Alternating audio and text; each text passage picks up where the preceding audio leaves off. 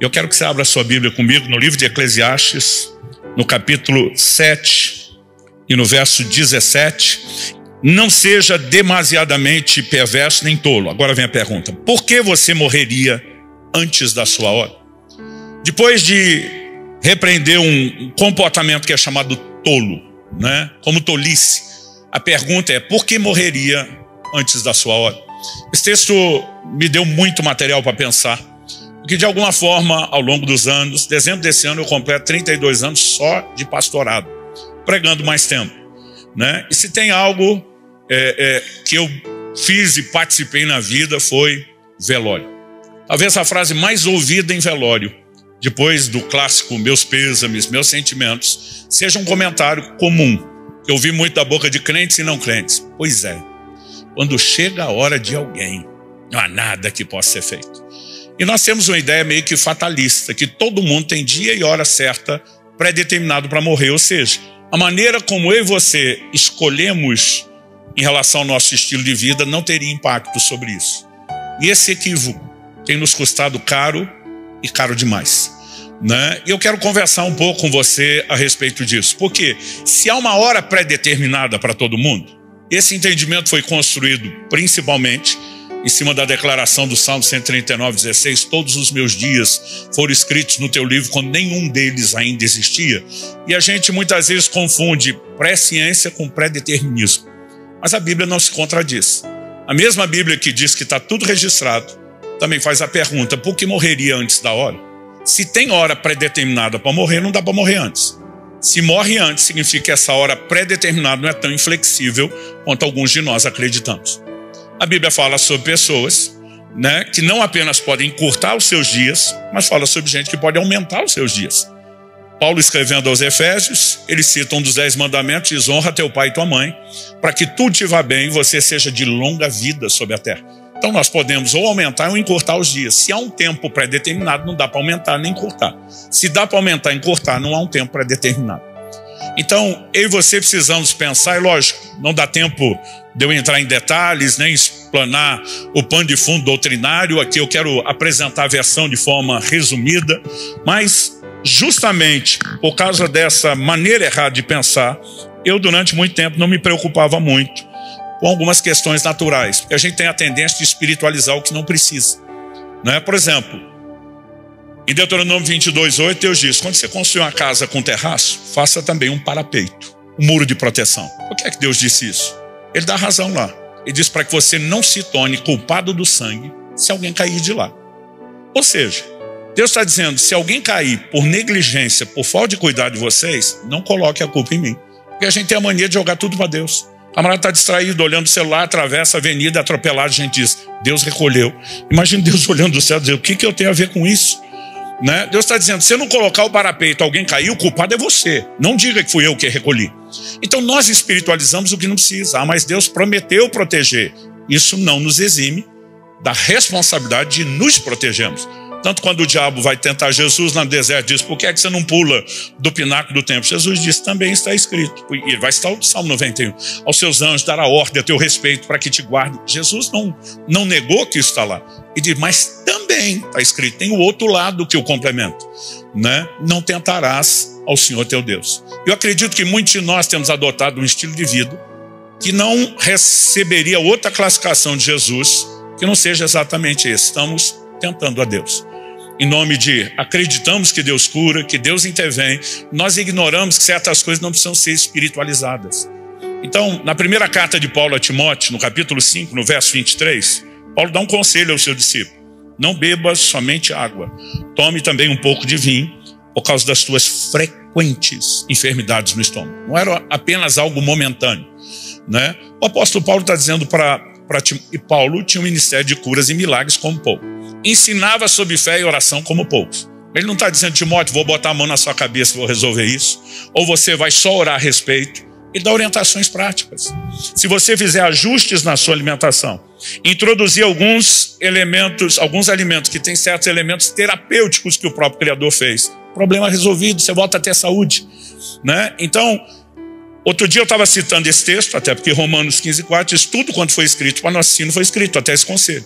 Aí uma pessoa me questionou: você não crê que Deus cura? Eu falei: Eu creio que Deus cura. E acho que só espiritualiza quem crê. Porque quem não crê vai se garantir no natural. Então, o nosso erro é justamente não apenas porque cremos, mas porque temos visto Deus agir. Mas nós não podemos jogar tudo para Ele. Eu cheguei, no ano de 2008, bater o peso de 153 quilos. E o que tinha de amigo tentando me alertar, toma cuidado. Mas eu estava naquela fase, que os médicos, eles chamam assim daquele intervalo de saúde, o health span. Eu costumo dizer que de perto dos 20 até perto dos 40, normalmente você faz o que quer e a conta ainda não chegou. E um dia eu recebi a visita de uma pastora amiga nossa lá da Itália, que veio acompanhada de uma discípula, uma amiga dela da igreja, que era médica. Quando ela entrou e me viu, eu estava no auge do sobrepeso, dos 153 quilos. Ela regalou os olhos e disse: pastor do céu, cada vez que eu lhe encontro, o senhor está maior do que a última vez. Ela falava bem o português, e ela falou: desculpa, eu sou médica, eu não consigo não tocar no assunto. Ela falou: e já começamos, vamos até o fim. O senhor tem feito check-up? Para surpresa dela, esperava ou não, eu falei: sim. Ela: quando foi o último? Ela imaginou, alguns anos. Eu falei: faz 2 meses. Ela falou: e aí? Eu falei: e aí que tá tudo bem. Ela fez cara que não acreditava. Eu falei para minha esposa: pega os exames. Vamos esfregar na cara dela. Quando o Kelly levantou buscar: não precisa pegar. Eu falei: só tá fazendo cara que não tá acreditando. Ela falou: desculpa, pastor, difícil acreditar que o senhor esteja bem, mas sua palavra vale mais que o exame. Não vou olhar o exame. Eu me senti assim, digno de confiança. Ela começou a fazer as perguntas, ela só não olhou, ela quis saber da minha boca. Como é que está a questão do colesterol, triglicerídeos, pressão, diabetes? E, naquele momento, surpreendentemente, estava tudo bem, porque eu ainda estava no tal do health span. À medida que eu fui dando os resultados, ela falou: certeza que foi um cardiologista que fez esse check-up? Eu falei: sim. Ela falou: estou curiosa para saber o que ele falou no final. Eu falei: olha, ele estava com a cara que nem a da senhora, assim, de que não está gostando. Mas eu lembro que ele jogou o envelope na mesa com o resultado dos meus exames, jogou com força. Eu lembro do envelope rodando e batendo no meu peito. E ele falou assim: digamos que o senhor tem mais sorte do que juízo. Não era para com peso desse estar com resultados tão bons. E dentro de mim eu estou sorrindo, pensando: só homem de Deus. Que é aquela espiritualização que muitos de nós temos feito. No momento que eu falei isso, ela me interrompeu e falou: desculpa, eu vou discordar do seu médico. Ela falou: pastor, o senhor não está tendo sorte. O senhor só está ganhando tempo. E ela falou uma frase que seria o início do processo. Ela diz: pastor, lembre de uma coisa, o corpo é que nem cartão de crédito. Primeiro o senhor gasta, depois chega a fatura. Ela falou: e o senhor está gastando pra caramba, está arrebentando tudo quanto é limite. Essa conta vai chegar e vai chegar alto. E na hora assim, eu tento lidar com aquilo, resistir na minha mente, mas eu nunca mais consegui esquecer essa frase. Ela ficou martelando na minha cabeça. Não produziu resultado imediato. 1 ano depois, a pressão disparou. Tive que começar a controlar com remédio. 1 ano depois da pressão, já 2 depois da conversa, foi a vez da diabetes. Chegou com força. Quando eu vi a combinação dos dois, apavorado, comecei a perder peso. Perdi num ano, dentro de um período de 1 ano, até menos do que 1 ano, 27 quilos. Quando eu bati 126 quilos, sumiu a diabetes, resolveu a pressão e eu malandramente parei de emagrecer. Ainda ficaria uns 3 anos e meio mais ou menos com esse sobrepeso, mas naquela fase que eu já estava dizendo assim: estou administrando, porque eu vi que a conta tinha chegado. Mas depois de uns 3 anos e pouco, Deus começou a mandar um exército de gente para me confrontar, me cobrar, me corrigir, e aquilo foi se tornando progressivo. Eu brinco que 2013 foi o ano da conspiração divina. Eu apanhava de todo lado. E valia tudo, dedo no olho, mordida, cotovelada, Mas teve 3 conversas que realmente foram parte assim da fase final de entender e começar a mudar o processo. Um deles foi um amigo que me abordou. E quando eu falo amigo, é daqueles que têm coragem de botar o dedo na sua cara, te corrigir. E ele um dia me aborda e fala assim: Subirá, pelo amor de Deus, você tem que se cuidar. Você recebeu de Deus um dom especial, nós não podemos te perder cedo. Quando ele falou isso, eu já reagi. Porque essa tentativa de me assustar com a morte, muita gente já tinha tentado, ninguém nunca conseguiu. Um médico uma vez falou isso para mim. Ele simplesmente olhou, quando eu estava no auge sobrepeso, falou: você conhece alguém que tem o seu peso e pelo menos 70 anos? Eu pensei, falei: não estou lembrando de ninguém. Ele falou: pensa bem, não precisa ser amigo próximo. Eu pensei, esgotei todos os níveis de relacionamento, mesmo que superficiais. Falei: doutor, não lembro de ninguém. Ele falou: não lembra porque não tem. Eu falei: emagrece até os 70? Ele falou: não, morre antes. Mas ninguém nunca me assustou com essa ideia. Porque eu dizia para as pessoas, o crente não morre, é promovido e transferido, né? Sai daqui da filial, vai para a matriz, vai trabalhar mais perto do chefe. E eu simplesmente conversava isso. Então, quando esse amigo meu começou, eu já acionei o modo faca tramontina, corte rápido. Não podemos te perder. Eu olhei para ele e falei, para mim o morrer é lucro. Citando Filipenses 1. E disparei outra frase de Paulo, partir estar com Cristo é incomparavelmente melhor. E eu pensei, vou matar essa conversa no início, antes de começar. O que eu não esperava era o faca tramontina, o corte rápido que veio do outro lado. Ele olha para mim e fala assim, e se você der a sorte de morrer? Falei, como é que é? Foi, meu amigo, vai estudar estatística. Você acha que gente que não se cuida com você morre na primeira? A maioria não dá essa sorte, não. Você está imaginando o quê? Que uma hora vai desligar o disjuntor, né? A cabeça cai, o espírito parte para estar com Jesus num processo rápido e indolor. Ele falou, a maioria não tem essa sorte. Vai sofrer numa cama, dá trabalho para a família. Gente, pela primeira vez alguém me assustou. Porque eu pensei o seguinte, eu falei, uma coisa é você deixar o melhor dessa vida para ter algo ainda melhor, que é estar com Cristo. Mas tem um limbo aqui no meio, que não é nem uma coisa nem outra. Mas ele mal esperou processar o susto e mandou a segunda frase. Ele falou assim, além de que de uma covardia sem tamanho sua declaração. Ainda me remedou. Partir estar com Cristo incomparavelmente melhor. Ele falou assim, melhor para quem? Só para você, seu egoísta. E Kelly, sua esposa, que vai ficar? E seus filhos, que você ainda não terminou de criar? E o plano e o propósito que Deus te confiou? Ele falou literalmente assim, então que se lasque o resto, porque para você é melhor. Falou, se isso não é encarnação da covardia e do egoísmo, me diga o que é. E eu emudeci. Eu nunca tinha pensado pelo outro lado. E quando eu achei que já tinha apanhado o suficiente, ele mandou a terceira. Ele falou, e para o ensinador de Bíblia como você, parece que você não entendeu, foi nada de Filipenses 1. Eu não sei o que me ofendeu mais, Odilon. Ele me chamar de covarde ou dizer que eu não tinha entendido Filipenses. Eu abri Filipenses 1 na hora, e eu quero que você abra comigo, para provar que ele estava errado. Só quando abri, eu mesmo vi que eu estava errado. Até aquele momento, eu nunca tinha enxergado ou entendido Filipenses 1. Eu quero que você leia comigo do verso 20. Se for possível, vou pedir ao pessoal que projete isso. Paulo diz assim, minha ardente expectativa e esperança é que em nada serei envergonhado, mas que com toda ousadia, como sempre, também agora, Cristo será engrandecido no meu corpo. Você pode repetir isso comigo? Diga, Cristo será engrandecido no meu corpo. Agora é o que ele diz, quer pela vida, quer pela morte. A maneira como vivemos deve engrandecer a Cristo. A maneira como vamos morrer também deveria engrandecer a Cristo. Esse é o contexto que Paulo está falando. Verso seguinte, 21. Porque para mim o viver é Cristo e o morrer é lucro. Eu nem lembrava da parte o viver é Cristo. Eu só ia para o morrer é lucro.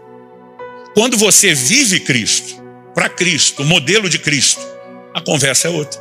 Gente, Efésios capítulo 5, né, fala a respeito do Senhor Jesus como modelo que o marido deve imitar no trato com a mulher, e diz que o marido tem que amar a esposa como ama o próprio corpo. Aqui não é um conceito só de amor próprio, mas dentro do amor próprio, que é o universo maior, está falando de amor pelo corpo. E depois de falar isso, ele diz, porque Cristo, falando a respeito da igreja, né, em relação ao seu corpo, o alimenta e cuida dele. Se ele é o nosso referencial de caráter e comportamento, e ele cuida do corpo, e o cuidado não se limita à nutrição, ele é abrangente. A pergunta é, de onde eu e você tiramos a ideia que a gente não precisa se cuidar? Então, o viver é Cristo, é reproduzir desde o modelo. Gente, quando você olha para Jesus, né, alimentação saudável, ingestão de água, né, movimento, exercício físico. Alguns estudiosos calcularam quanto Jesus andou. Além do trabalho manual como carpinteiro, né, é assustador essa conta feita só nos dados que nós temos, que os evangelhos não dizem tudo que ele fez nos 3 anos e meio. Né? Então, alguém calculou, baseado nos textos, de onde saiu, aonde chegou, em quanto tempo, que Nosso Senhor andou uma média de 32 quilômetros por dia. Qual foi a última vez que você deu um rolê de 30 quilômetros? Outro calculou só as distâncias, sem se preocupar com a média diária do que ele teria, eliminando os relatos repetidos dos evangelhos, e chegou à conta de que Jesus teria andado no mínimo 5.000 quilômetros a pé durante os dias do seu ministério. Numa ângulo ou perspectiva que se avalie Jesus, que ele não seja um exemplo. Sono. Jesus, Marcos capítulo 6, quando os discípulos vêm dar um relatório do ministério que está bombando, ele diz, vamos para um lugar à parte, repousar um pouco. Ele não está preocupado só com a sua produtividade, mas com a produtividade sustentável, durável. E se eu e você não respeitamos o descanso, ele não só respeitava, mas ele exigia isso dos seus discípulos, né? E, para concluir a lista, eu posso te garantir que Jesus era magro. Mas magro assim, ó, estilo meu dedo minguinho, no nível profissional, não amador, que alguns aqui são. Eu nem amador sou. Como nós fazemos essa conta? A Bíblia diz que Jesus teve fome ao final de 40 dias de jejum. Eu já fiz 10 desses jejuns 40 dias, eu nunca tive fome. Porque aqui tem reserva, meu amigo. Aquela fome é a fome literal, quando as reservas de gordura que estão sustentando você durante o jejum terminam.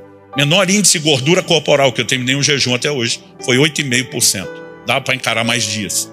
Para Jesus ter tido fome, ele tinha que ter um baixo índice de gordura corporal. Ou seja, não há área que a gente possa falar hoje de cuidar do corpo, da saúde, que Jesus não seja modelo. E quando Paulo diz o viver é Cristo, nós precisamos focar. É não apenas para ele, mas reproduzir quem ele é. Aí sim, o morrer é lucro, não apenas pelo que vem depois, mas por termos cumprido aquilo que se espera de nós. Verso 22. Entretanto, se eu continuar vivendo, mesmo que o morrer seja lucro, poderei ainda fazer algum trabalho frutífero. Assim não sei o que devo escolher. Agora Paulo está dizendo, bateu uma dúvida sobre a escolha. 23. Estou cercado pelos dois lados, outra tradução diz dividido, tendo o desejo de partir e estar com Cristo, o que é incomparavelmente melhor. Ninguém vai negar que o céu é maravilhoso. Mas olha o que ele diz no 24. Mas, por causa de vocês, é mais necessário que eu continue a viver. Paulo está dizendo, se eu partir para estar com Cristo, é incomparavelmente melhor. Melhor para quem? Só para mim. Mas se eu não for egoísta e, além de mim, pensar em vocês, é melhor que eu fique, para ter mais fruto do meu trabalho. Ainda existem coisas que precisam ser feitas. Eu posso ser útil na vida de vocês. Então, levando isso em conta, e aqui que eu quero usar a frase do tema, o céu pode esperar. Nenhum de nós vai negar que o céu é extraordinário. Mas você tem literalmente todo o tempo do mundo para desfrutar. Vai estar lá a eternidade toda te esperando.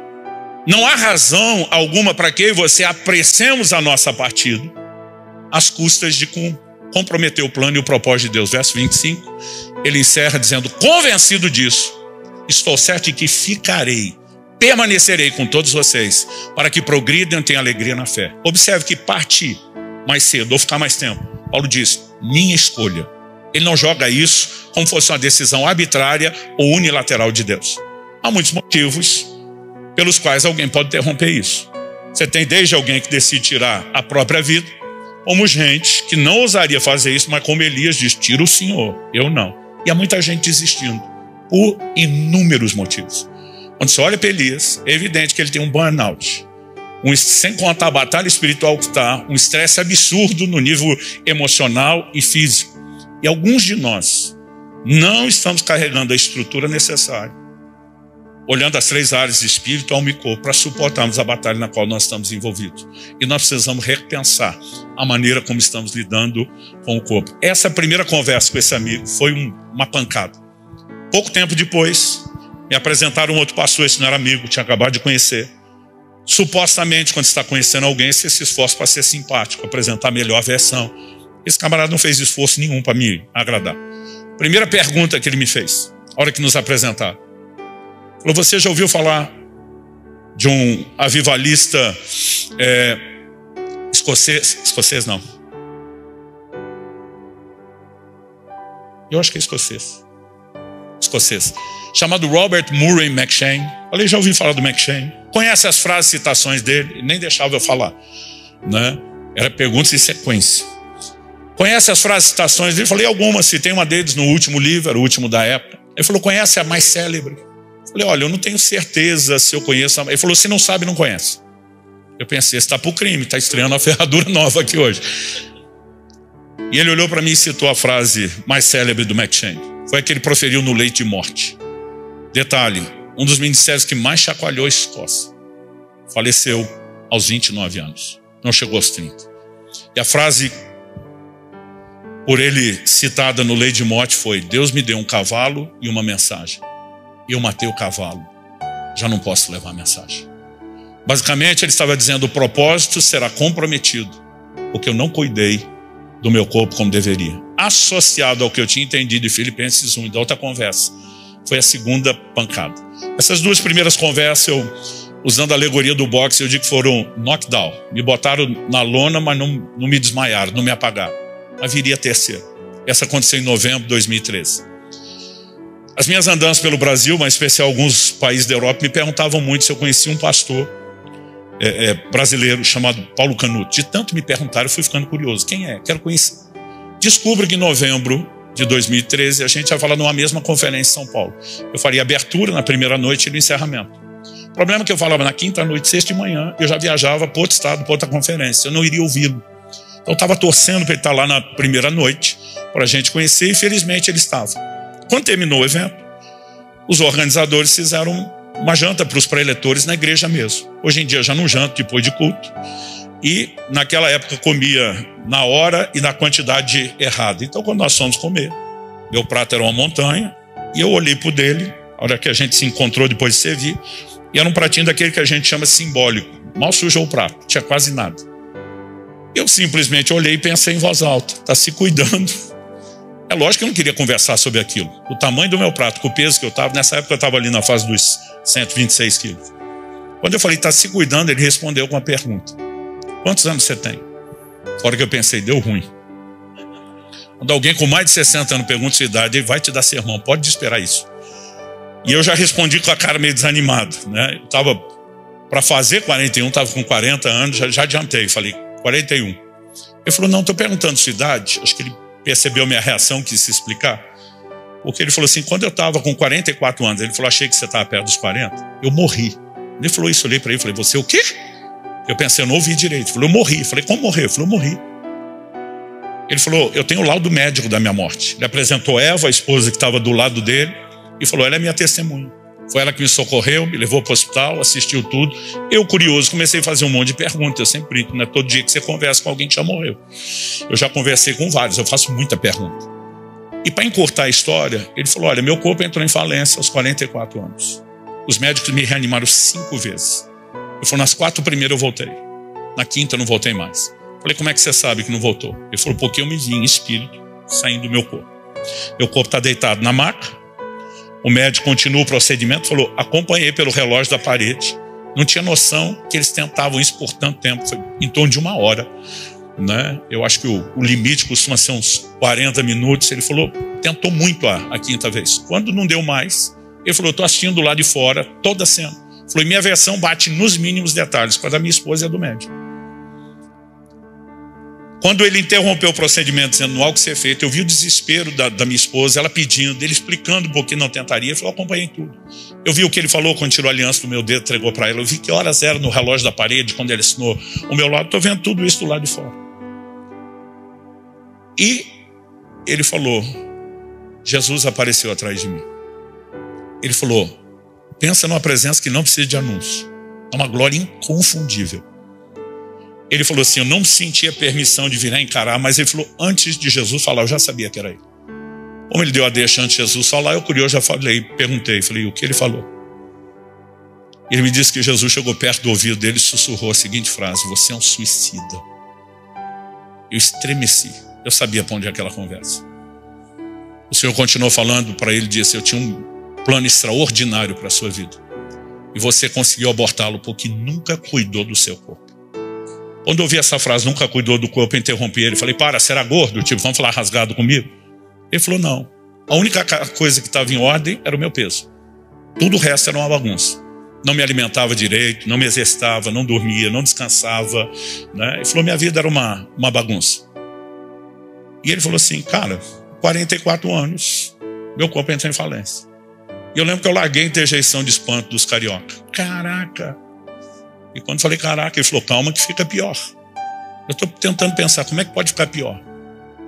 Você acabou de assistir, você saindo do corpo, sua mulher desesperada com a sua partida, Jesus te chamando de suicida e dizendo que você encurtou seus dias e abortou o plano, como é que pode ficar pior? Ele falou, não, Jesus me deu uma visão do que seria o velório do dia seguinte. O velório que nunca aconteceu, eu assisti. Ele falou, eu tenho isso na minha memória, como qualquer fato real da minha vida. Ele foi, pensa numa memória que me fez mudar de vida, e que me faz lembrar aquela mensagem. Eu vi meu corpo arrumado no caixão, decorado com flores, amigos, familiares chorando, as coroas de flores do lado de fora, aquele ambiente velório que você, como pastor, conhece bem. Ele falou, então alguém chegava perto do corpo, estendia a mão na direção do meu corpo e dizia, mas o Paulo era uma bênção. O que será que Deus o recolheu tão cedo? A conta nós sempre jogamos para Deus. Nessa hora, que a pessoa fazia o comentário da visão, Jesus continuava falando no ouvido dele enquanto ele tinha visão. Jesus disse, além de abortar o meu plano e o meu propósito para a sua vida, você faz com que eu seja julgado. Jesus disse, eu não te recolhi coisa nenhuma, foi você que se matou, mas agora as pessoas me julgam pela sua negligência. E o chão sumiu debaixo do meu pé. Se as duas primeiras conversas foram knockdown, essa foi knockout. E eu levantei daquela mesa e eu falei para Deus, nunca mais o Senhor vai me corrigir de novo, sabe? Eu falei, eu não sei porque eu cheguei até aqui, porque eu fui tão teimoso, porque eu nunca ouvi ninguém. Mas eu falei, a partir de hoje muda. Eu falei, nós dois sabemos que eu não vou mudar da noite para o dia. Eu falei para Deus, eu vou ter que repensar tudo que eu acredito. E eu não sei te dizer nesses últimos anos quantas vezes eu fiquei lendo essa Bíblia de Gênesis, Apocalipse, procurando versículo por versículo, tudo que a Bíblia fala sobre o cuidado do corpo, sobre a nossa responsabilidade com a morte. E eu não só descobri que a Bíblia não joga a conta para Deus, como o tempo todo fala da nossa responsabilidade. E aí você precisamos tomar uma decisão. Qual é a decisão? Viver para cumprir o propósito. Né? Viver para cumprir aquilo que Deus espera de mim e de você. Mas não viver de qualquer forma. Se a Bíblia diz que aquilo que a gente planta, a gente semeia, a pergunta que eu e você precisamos fazer é como é que nós vamos terminar? Nós precisamos terminar bem, gente. Não só dizendo como Paulo combatiu o bom combate, cerrei a carreira, guardei a fé no plano espiritual, mas terminar bem em todas as áreas. Eu não sei você, mas meu projeto, né, de vida, falando dessa vida terrena, é cumprir o plano e o propósito de Deus, mas terminar bem. Terminar bem espiritualmente, terminar bem emocionalmente, terminar bem no meu casamento, na minha família, né, com os meus filhos, não só na execução de um chamado e de um propósito, mas terminar bem com saúde. Eu comecei muito cedo no ministério. Isso significa que a maior parte dos meus amigos pastores eram sempre mais velhos do que eu. Eu estou hoje com 52. Então, assim, a maioria dos meus amigos estava de 60 até hoje a 70 anos. O que eu comecei a ver nos últimos anos, sobre a forma como alguns deles estão entrando na velhice, não me empolgou. Porque muitos estão colhendo o resultado da sua negligência. O livro de Eclesiastes nos faz pensar o futuro desde que a gente está vivendo a mocidade. Lembra-te do teu Criador nos dias da tua mocidade, antes que cheguem os maus dias. A vida inteira eu li esse texto só para pensar na parte espiritual. Lembra do Criador, vida espiritual. Mas se você olhar aquele texto, ele não fala só da parte espiritual. 1 Tessalonicenses 5:23 fala que o nosso ser integral é espírito, alma e corpo. Ele vai abordar, além da parte espiritual, questões emocionais. Afaste do seu coração a mágoa. Eu tenho visto muitos ministros serem destruídos pela mágoa, não sabem lidar com as ofensas, com as decepções. Gente, Jesus falou, vai construir uma torre, senta a calcular quanto custa. Nós precisamos preparar a nova geração de pastores, sendo honestos com eles. E dizer para eles o que eles vão enfrentar. Se o próprio Jesus olha para os discípulos e diz, até quando vos sofrerei? E vamos acreditar que nós não vamos ter desgaste com as pessoas? Né? E muitas vezes a gente não é nem preparado para lidar com essas questões. E nós precisamos guardar o nosso coração. Ou coisa chata é lidar com um velhinho amargo. Eu não quero terminar minha vida dessa forma. Mas a Bíblia não fala só do espiritual, nem só do emocional. O texto de Eclesiastes diz assim, remova do teu corpo a dor. Esse texto para mim foi um mistério, um enigma durante muito tempo. Eles nem tinham analgésico na época. O que dizer? Anti-inflamatório, o resto dos medicamentos. Como é que se remove do corpo a dor? Eu demorei para entender esse texto. Mas aos 30 anos de idade, por causa do excesso de peso, a má alimentação, a falta de sono, doía tudo. Hoje aos 52 eu não tenho dor. Nós podemos ter um estilo de vida que remove do corpo a dor. E nós podemos, em cada uma dessas áreas, trabalhar uma dimensão de cuidado. Eu não estou tentando colocar o cuidado do corpo acima do espírito e do emocional. Mas pelo menos as outras duas áreas a gente fala mais. Mas na doutrina das nossas igrejas, de uma forma geral, a teologia do corpo é só, não entregue ele à sujeira da imoralidade. Eu falei que Paulo diz antes sobre engrandecer a Deus no corpo. E nós precisamos entender que isso envolve várias questões. Na primeira carta de Paulo aos Coríntios, se puder projetar 1 Coríntios 6:19, o apóstolo Paulo faz uma pergunta que eu chamo de sarcástica e retórica, né? Por quê? A pergunta que ele faz é: vocês não sabem que o corpo de vocês é o templo do Espírito Santo? É o santuário do Espírito Santo que está em vocês, que vocês receberam de Deus e que vocês não pertencem a vocês mesmos. Por que eu chamo de sarcástica e retórica? Porque Paulo sabia, que os coríntios sabiam que o corpo era o santuário do Espírito. A solução: como é que você sabe que Paulo sabia, que os coríntios sabiam? Ele já falou isso na carta, gente. Primeiro aos Coríntios 3,16, ele afirma isso. E no 17 ele diz: se alguém destruir o corpo, que é o santuário do Espírito, Deus o destruirá. Ou seja, nós não podemos esculhambar o corpo, fazer o que queremos com ele e achar que não vai ter, né, um dia de prestação de contas diante de Deus. Então agora ele está dizendo: vocês não sabem que o corpo é santuário do Espírito Santo e que vocês não são donos de vocês mesmos, vocês não se pertencem. Por que nós não nos pertencemos? Verso seguinte, o 20, ele começa com a conjunção explicativa. Por quê? Que é a palavra de ligação entre o raciocínio está sendo construído e a explicação que vem depois. Porque vocês foram comprados por preço. Ele está dizendo: você não é seu dono, porque você tem um dono. O seu dono é quem te comprou. Agora, pois, se você entende o que é ser comprado, redenção, glorifiquem a Deus no corpo de vocês. Então, assim, a gente tem a responsabilidade de glorificar a Deus no corpo. Agora, qual é o contexto dessa declaração? Verso 18, se der para voltar aí. Fujam da imoralidade sexual. Qualquer outro pecado que uma pessoa cometer é fora do corpo, mas aquele que pratica imoralidade sexual peca contra o próprio corpo. Gente, não é difícil entender que glorificar a Deus com o corpo, em essência, Paulo está dizendo: você não tem o direito de pegar o seu corpo e botá-lo na lama da imoralidade, porque o corpo não é seu, é santuário do Espírito Santo. Você tem um dono que exige que você glorifique. Glorificar é o uso correto. E não é difícil entender esse aspecto de fugir da imoralidade. Eu entendi isso com 15 anos de idade, gente. Recém-batizado do Espírito Santo, lendo esse texto, isso queimou meu coração de uma forma que eu fiz a Deus uma promessa. Eu falei para Deus: esse corpo nunca vai conhecer imoralidade. E tenho sustentado a promessa até hoje. Mas foi só uns 11 anos atrás, depois da conversa com o Paulo Canuto, que eu parei para me questionar: mas é só isso? E com só isso eu não estou diminuindo a importância de fugir da imoralidade. Só é a pergunta feita no sentido de exclusividade de aplicação, só serve para essa área. Porque se o contexto imediato é imoralidade, se você voltar um pouquinho antes no verso 13, Paulo estava falando de outro assunto. E diz: Deus fez o estômago para os alimentos e os alimentos para o estômago. Antes de falar de moralidade, ele estava falando de alimentação. E a pergunta a ser feita é: nós temos que glorificar Deus com o corpo nessa área? A resposta implícita na lógica é sim. Mas apesar de aqui a gente ter algo implícito, nós temos uma declaração explícita em 1 Coríntios 10:31. Um versículo que durante anos eu não enxerguei. Ou quando enxergava, achava que era só para falar do ritual, né, dos ritos cerimoniais do Antigo Testamento, ou dos alimentos proibidos, ou da comida do culto a ídolos. Em 1 Coríntios 10:31 a Bíblia diz: portanto, se vocês comem, ou bebem, ou fazem qualquer outra coisa, serve para tudo, façam tudo para a glória de Deus. Você pode repetir isso comigo? Diga: fazer tudo para a glória de Deus. Agora, o tudo começa por comer e beber, e depois entra o resto. Eu me questionei aos 41 anos de idade, mesmo tendo prometido aos 15 nunca entregar o corpo à imoralidade, e não tendo feito isso porque eu queria glorificar Deus. A pergunta que eu fiz foi: eu já comi ou bebi para a glória de Deus? E a resposta assustadora, chocante para mim foi: não. O que eu fazia, na verdade, era uma desonra a Deus. Eu tive que aprender a mudar não apenas quantidade, mas qualidade. Muitos de nós temos nos alimentado muito errado. Quando você vê 2 Reis, capítulo 4, Eliseu chegando em Gilgal, a Bíblia diz que havia fome na terra, o que pressupõe ausência de alimentos.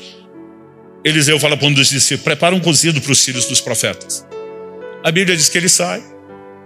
Época de fome, gente, não é para ter comida dando sopa, sobrando. E ele encontra uma trepadeira silvestre cheia de fruta. Como sabemos cheia? A Bíblia diz que ele encheu a capa deles. Não deu nem para levar na mão. Eu fico imaginando o que aquele garoto pensou. Se ele era meio espiritual, deve ter pensado: provisão de Deus. Se era um pouquinho mais carnal, deve ter pensado: dei sorte. O que ele não parou para pensar é porque ninguém colheu aquilo. E a Bíblia diz que ele encheu a capa de colossíntidas. E o texto é claro, diz assim: visto não saber o que eram. Curioso que quando Deus chamou minha atenção, visto não saber o que era, eu fui estudar o que eram as colossíntidas, porque eu nunca soube. E algo recorrente na literatura antiga é mencionar que as colossíntidas, em pequenas quantidades, elas tinham uma propriedade terapêutica, era laxante para o intestino. Mas em grande quantidade, não remetia só à vulga diarreia. Elas eram altamente tóxicas e chegavam a causar sangramento intestinal até a morte. Quando a comida é servida, alguém grita morte na panela. E não era força de expressão, tipo, estou morrendo de fome ou de sede. A gente não está morrendo de verdade, ali era morte. E se Eliseu não intervisse com um milagre, eles não teriam sobrevivido à comida e não havia muita opção. Foi necessário um milagre.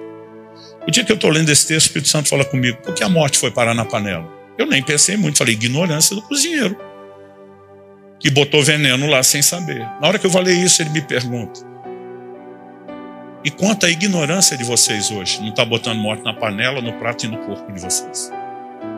Gente, a maioria de nós não tem noção de quanto veneno a gente ingere. Desde aditivos químicos, conservante, corante, né, saborizantes, aromatizantes. A indústria alimentícia agora está apostando alto nos realçadores de sabor. Seu corpo não sabe o que faz com tanto derivado de petróleo que você consome nos produtos alimentícios. E pela desinformação, interpreta como se fossem hormônios. Hormônios são hipossolúveis, armazenados e diluídos em gordura. E a tireoide de todo mundo está uma bagunça há muito tempo. As doenças autoimunes dobram no mundo a cada 5 anos. Cada 5, dobra de novo e de novo e de novo. Não me diga que é só o poder diagnóstico. Os cientistas da longevidade estão dizendo que nós só temos um remédio, voltar a comer como nossos avós e bisavós. Ou seja, cortar industrializados, processados, ultraprocessados. Né? A lista aqui pode ir longe. Se a gente for falar de açúcar e glúten, então, que são venenos absurdos, então a gente vai ter que reaprender muita coisa. Né? Eu, durante muito tempo, como hiperativo, acreditava que dormir era perda de tempo. Meu médico, há 10 anos atrás, o dia que eu falei isso na cara dele, falei, ó, você quer que eu durma 8 horas? Eu dormia de 4 a 6. Eu dizia, 8 horas é um terço do dia, eu não quero passar um terço da minha vida dormindo. Olhei para ele e todo hiperativo se gloria disso. Falei, para mim dormir é perda de tempo. Ele olhou para mim e falou assim, eu acho tão interessante quando encontro alguém mais sábio que o próprio Criador. Você apelou, miserável. Às vezes a gente acha que tem uma ideia melhor do que a de Deus. Eu já tinha escrito o livro sobre o cuidado do corpo, estava rodando na gráfica em janeiro do ano passado. Eu estava num retiro de jejum e Deus me pregou uma peça, eu brinco. Ele falou assim que você chegar nesse lugar de retiro, eu já estava no 7º dia de um jejum. Ele falou, os primeiros 3 dias, não beba água. Eu nunca tinha ficado mais de um dia sem água. Normalmente o limite bíblico para jejum sem água são 3 dias. Ele falou assim, durante 3 dias não beba água, não saia do quarto, não fale com ninguém. Gente, um imperativo, não sair do quarto e não falar com ninguém. É um desafio, mas o comando era tão claro. Já que não ia beber água, eu pensei, não posso me exercitar, nem dentro do quarto, senão vou ter sede. Então era uma atividade a menos. Pastor, mas não li a Bíblia? Horas, mas não enchi o dia. E eu li a Bíblia toda em um mês. Mas não enchia o dia lendo a Bíblia. E lendo com calma, anotando, estudando, cruzando referência. Não orava horas, mas não enchia o dia. Aproveitava para adorar horas, mas não enchia o dia. Eu dormia até doer as costas, como diziam os antigos, que não tinha o que fazer. Dava um soninho no meio da tarde, descansava de novo. E aqueles 3 dias pareciam uma eternidade. Só que no final deles, a minha surpresa foi, eu nunca tinha entrado na minha vida no modo de descanso da mente, como entrei naqueles 3 dias. E quando os 3 dias passaram, eu voltei a beber água, eu já podia sair do castigo, entre aspas. O Espírito Santo falou comigo, eu vou te provar que o descanso não sabota a produtividade. Ele falou, hoje você vive diferente, mas você não crê nisso de pleno coração. Ele diz, você adotou um padrão de disciplina, de sono e descanso, mas você ainda não entendeu como deveria. Ele falou, eu vou te provar. E depois desses 3 dias, Deus me deu um desenho de um livro. Eu escrevi um livro de mais de 300 páginas em 10 dias. Meu recorde era o livro do jejum. Escrevi 270 páginas em 40 dias. Eu queria escrever um livro sobre jejum e jejum. Eu terminei as últimas linhas do último capítulo, nas últimas horas do último dia. Era o meu recorde. Agora eu escrevi um livro maior, 1 mês de folga. Ou seja, muitos de nós não queremos perder 3 dias de descanso, mas perdemos 1 mês de produtividade. Então assim, não existe lógica num estilo de vida que nós estamos adotando. Não, mas a igreja demanda. Ok, você quer ser pastor por quantas décadas? Ou pelo menos continuar derramando sua sabedoria mesmo depois de ter passado o cajado. Nós vamos ter que repensar algumas coisas. Eu não vim te apontar o dedo, eu não vim julgar você. Eu conheci pouca gente tão esculhambada como eu fui em todas essas áreas do cuidado do corpo. Muito pouca gente. Eu estava assim entre os piores pecadores dessa área. Agora você pergunta, pastor Luciano, o senhor acordou um dia resmungando, hoje é dia de maldade, o que é que eu posso fazer para acabar com a minha saúde? Não. Então a pergunta lá de Eclesiastes é, não seja tolo. Por que morreria antes da hora? Morrer antes da hora é chamado tolice. E tem dois tipos de tolice. Uma é a ignorância, a outra é a negligência. E não importa qual das duas. Tem gente que está pecando como eu pecava por ignorância, por não entender. Mas tem gente que depois de entender não quer mudar. Aí para mim é um pouco mais de tolice, porque ele está pecando por negligência. Mas nós vamos ter que repensar. Um dia desse minha esposa olhou para mim e ela tirou onda comigo dizendo assim, quem é você? Quem está aí? O que você fez com meu marido? Comecei a rir, ela falou, se um dia, nós vamos completar 30 anos de casado esse ano. Ela falou assim, se um dia alguém me dissesse, se é cuidar de alimentação, nutrição, do jeito que você faz, né? Ela falou assim, se alguém me dissesse é cuidar de sono, de exercício físico como você faz, ela falou, eu não teria acreditado. Eu falei, nem eu. E minha mudança não foi toda da noite pro dia. Um dia desse um amigo que estava próximo, ele falou, você pontua tudo que come? Eu falei, sim. Contar caloria? Eu falei, mais do que isso. Eu controlo os macronutrientes. O que eu como de gordura, o que eu como de proteína, o que eu como de carboidrato, né? Ele falou, e essas cápsulas que você toma? Eu falei, suplementação, eu controlo tudo de uma maneira que você não tem. Ele falou, isso vira uma religião. Eu falei, não é uma religião. Eu falei, eu descobri que é parte da mesma. Eu só não conhecia. E aí ele ficou bem quietinho, pensando, né? Então assim, eu comecei a perceber algumas coisas. Aos 41 anos de idade, minha idade metabólica biológica era de mais de 70 anos. Aos 52, ela regrediu para menos de 40. Então assim, nós podemos virar o jogo. Você lembra do que Caleb falou para Josué? Quando diz, eu quero esse monte. Imagina o Josué olhando para o Caleb, como quem disse, você está com 85 anos de idade. E diz, minha força para entrar e sair, para guerrear, é a mesma de 45 anos atrás. O que ele está dizendo? Idade cronológica, 85. Idade biológica ou metabólica, 40. Hoje em dia nós estamos invertendo. Idade cronológica, 40, e a biológica já está em 85. Nós estamos jogando invertido. Quando você vê a disposição de Paulo na velhice de pregar, apanhar, sofrer, dizer, eu carrego no meu corpo as marcas de que mas está firme e forte, tem que ter algum desafio e inspiração para mim e para você.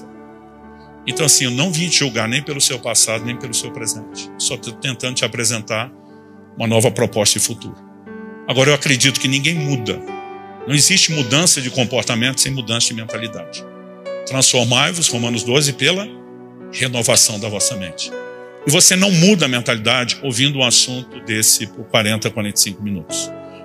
Então, o meu encorajamento, né, é que você possa acessar aqueles livros.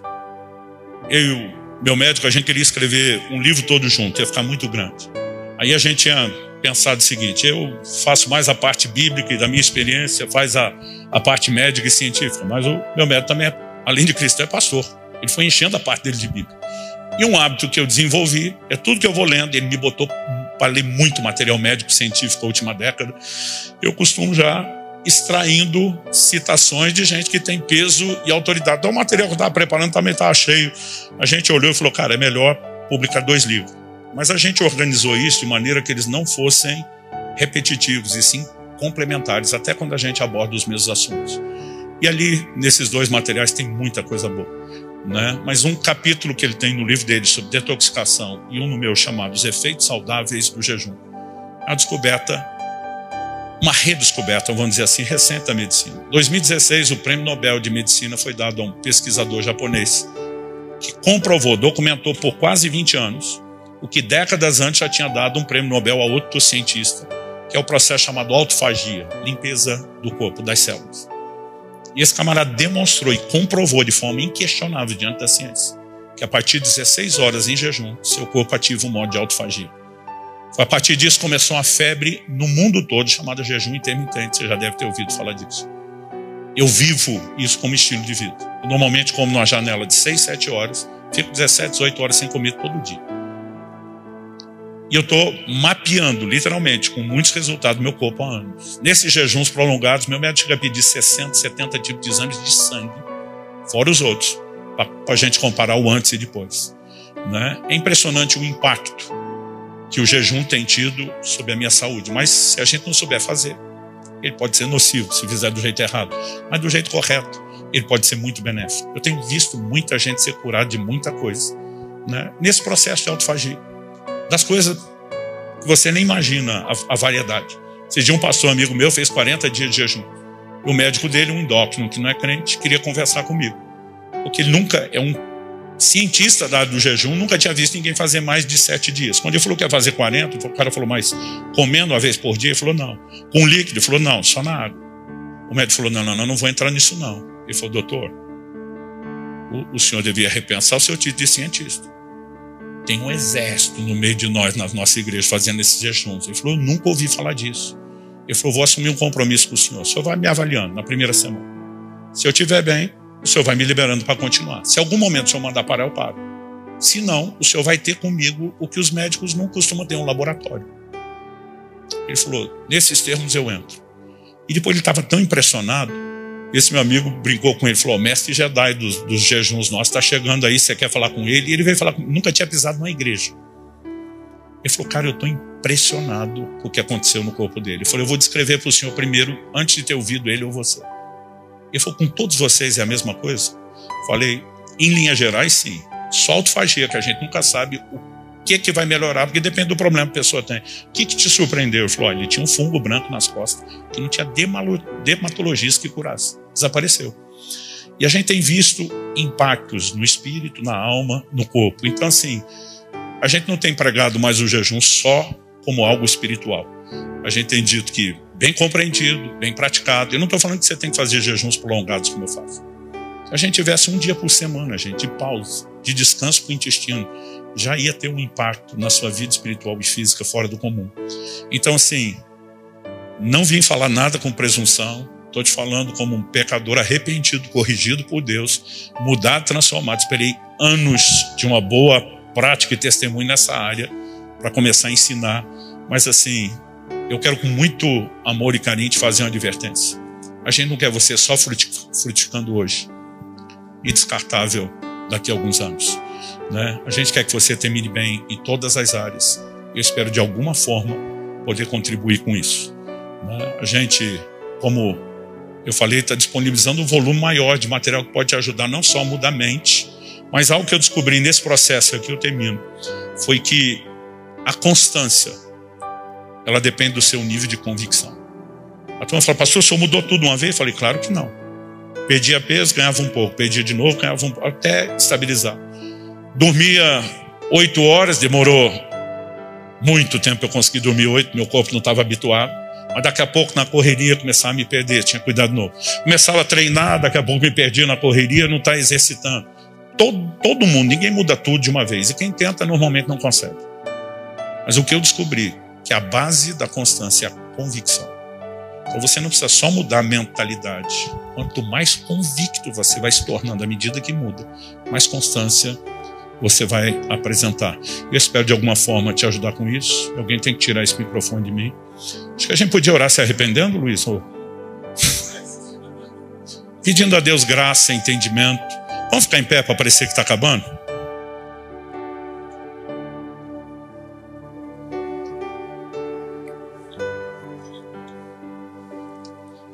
Eu tenho muitas testemunhas aqui de gente que conheceu o antigo Luciano e quem vê o atual agora. Eu perdi cerca de 60 quilos, mas a diferença é que eu botei de 12 a 15 quilos de músculo no corpo. Significa que a conta aí está para mais de 70 quilos de gordura eliminado, né? Existe muita coisa que a gente pode ir fazendo a longo prazo. Não aconteceu tudo da noite para o dia, mas quanto mais eu entendi essas verdades, mais a sério eu levava elas. E, gente, eu nunca tive tanta disposição física na vida. Toda hora o pessoal pergunta, como é que você aguenta esse ritmo? Como é que você aguenta essa agenda? E eu falo, gente, hoje, além da paixão por Jesus, da consciência do que eu fui chamado a fazer, né? Eu tenho uma disposição física que eu nunca tive. Mas ainda assim, há momentos que eu percebo, estou passando alguns limites, tem que dar uma parada, tem que dar uma pausa, né? O descanso tem se tornado para mim uma ferramenta cada vez mais importante, inclusive para aumentar a produtividade. Mas eu tenho certeza que ainda tem muita coisa para arrumar e melhorar. Mas eu espero de alguma forma te ajudar a pensar e contribuir. Aqueles de vocês já estão se cuidando, que possam fazê-lo ainda mais. E fazer isso com uma mentalidade. Honrar e glorificar o Criador e Redentor dos nossos corpos. Viver para cumprir o propósito. Eu também tenho motivos adicionais, né, que são mais pessoais. Quando eu estava enroscado naqueles 126 quilos por alguns anos, alguém me conseguiu uma bariátrica com um dos melhores médicos de graça na faixa. Eu falei, como é que você conseguiu isso? Porque eu alegava que eu não tinha condição de fazer. O pastor, eu falei para ele que o senhor seria um bom garoto de propaganda, né? Ele falou, argumentei que o senhor ia ser um conferencista mais conhecido do que já é, e ele teria você alguém na vitrine. Falei, vou ter que pregar com a camisa do patrocinador. Ele falou, não. Quando surgiu a situação, o senhor fala, eu fiquei tão empolgado que eu estava orando por aquilo. Na frente dele, fiz cara de paisagem para parecer crente. Falei, vamos orar. Quando ele saiu, fui fazer fé. Meu Deus, estava te pedindo, o senhor jogou isso no colo, aleluia. Nem perguntei o que Deus queria, estava só agradecendo. O Espírito Santo falou comigo. Você cogitou ser o garoto propaganda dele, não o meu? Eu levei um susto, falei, estou te entendendo. O cara tem uma bariátrica para vender, o senhor não tem nada para vender. Ele falou, para vender não, para entregar sim. Ele falou que eu comecei a te corrigir, você ainda nem entendeu direito a ponto de mudar. É parte de uma mensagem que eu quero que você pregue para a minha igreja. E você tem que ser o primeiro a dar exemplo. Pensei, perdi a bariátrica, tinha acabado de ganhar, perdi na hora. Pastor, o senhor é contra? Não. Eu acho que ela deveria ser o último recurso. E o cuidar do corpo, gente, não é só comer menos. Você vai ter que aprender a descansar, vai ter que aprender a comer direito, vai ter que aprender a se exercitar. Existe um combo que só a bariátrica não resolve. Ela é um bom início para quem já extrapolou limites. Mas naquela hora, quando Deus falou isso comigo, eu falei, vai ter que ser na raça, né? Então, sim, se eu conseguir, eu acredito em qualquer um podendo fazer o mesmo. Eu adicionei recentemente o último motivo à minha lista. Foi quando entrei na adolescência. Eu não tenho memória com avós. Quando eu nasci, meus avós paternos já eram mortos. Aquele tempo era para seguir mesmo? Isso é um golpe, é uma pergunta retórica. Vocês me dão mais 2 minutinhos só para contar isso? Então, como vocês, estou com compromisso e agoniado. E não é criança na escola, mas a gente tem mania de otimizar. Então, deixa eu bem depressa. Eu não tive memórias com avós paternos. Quando eu nasci, meus avós paternos já eram mortos. Os maternos estavam assim, como diz aqui no sul, só a capa da gaita. Viveram pouco, sem muita qualidade de vida, então perdi eles muito cedo e não sofri. Tudo que todo mundo fala dos avós, eu não tive. O abraço do vô, o beijo da avó, a comida, né, a casa, nada disso. Mas quando eu ouvi as memórias da minha esposa, falando principalmente da avó materna dela, eu achava a coisa mais linda. Quando meu filho disse que eu ia entrar na adolescência, eu já sou avô de 3. E só aqui quem é avô sabe que eles são a sobremesa da vida. Eu tomei uma decisão, falei, eu quero estar lá por eles, eu quero estar inteiro. E eu tomei a decisão, falei, eu vou cansar eles não vão me cansar. Até agora está dando certo. Esses dias minha netinha mais velha, que está para completar 5, ela olhou para mim, a gente brincando, cansei vovô, e eu, yes.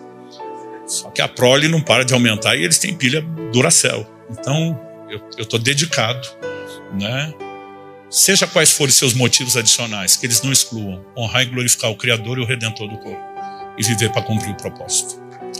Pai, nós pedimos graça e favor para entender, para digerir, para processar essa palavra e, acima de tudo, para corresponder com ela. Queremos nos arrepender, seja da ignorância ou da negligência. Queremos te pedir que o Senhor nos ajude a não deixar isso cair no esquecimento. Queremos suplicar sabedoria do alto, favor, para criarmos, ó Deus, uma adaptação, uma mudança, primeiro de mentalidade, depois de comportamento. Eu quero suplicar graça e favor sobre meus irmãos. Alguns de nós vamos precisar de um empurrão, inclusive de cura, intervenção divina nessa área de saúde. Nós oramos por isso. Mas suplicamos que a boa mão do Senhor nos guie nessa jornada de correspondência contigo. porque nos recusamos morrer antes da hora. Queremos te glorificar, viver para cumprir o propósito. E nós suplicamos graça e favor em nome de Jesus.